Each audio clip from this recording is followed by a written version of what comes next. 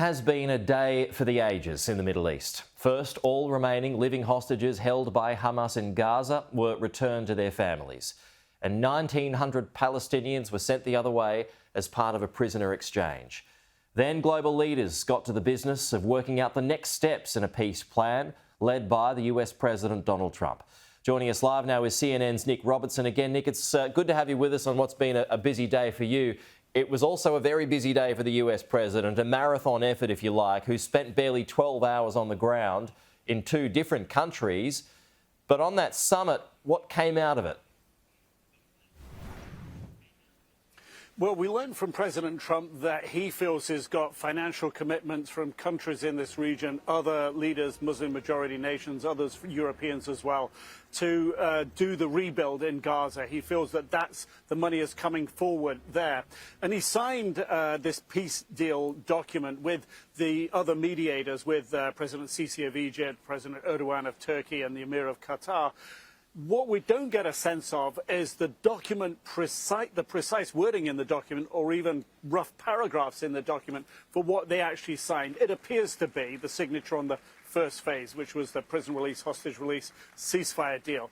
But I think where some leaders may have left here today feeling that they don't have the answers that they might have expected to come from the summit, we don't get a sense of, let's say, the international stabilization force that we don't know how big it's going to be, maybe 20,000 to 40,000 troops, what mandate they'll have, will they have UN backing, what will their rules of engagement be? Hugely important when you go into a potentially contentious military environment, as they will be going into Gaza, where Hamas still has weapons and needs disarming. So all of that detail didn't come out today. That sense of momentum, taking the momentum of the first phase and transferring that to getting moving on the second phase. I don't think the leaders left here today having created here, at least publicly, a sense that they have a big momentum to speedily get to that next phase in Gaza. Let's see, but that document hasn't yet been shared, so we don't know what they actually signed up to.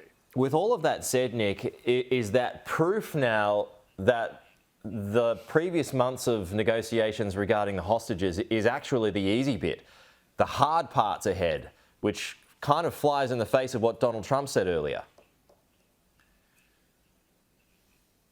The hard part is to come. The hard part is the detail. The hard part perhaps will be that moment where somebody, Donald Trump, has to tell Prime Minister Netanyahu of Israel, okay, you're frustrated, Hamas isn't disarming fast enough, but you're just going to have to hold tight, because it's now over to me, the chairman of the Board of Peace that's overseeing the international body, that's overseeing growing a Palestinian governance in Gaza, that's overseeing the disarming of Hamas.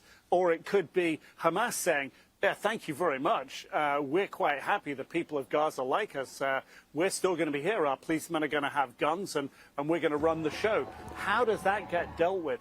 We didn't get a sense of that detail. President Trump was kind of more focused on the economic side of it, pointing to the fact that the countries in the region here have a huge amount of money. I think it comes up to about $25 trillion GDP, if you like, for all the countries that were present at the summit today. But you know what?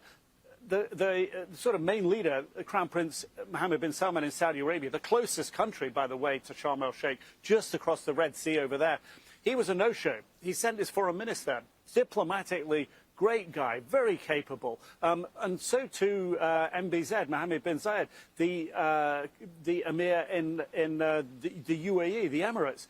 He didn't come. He sent his very capable vice president.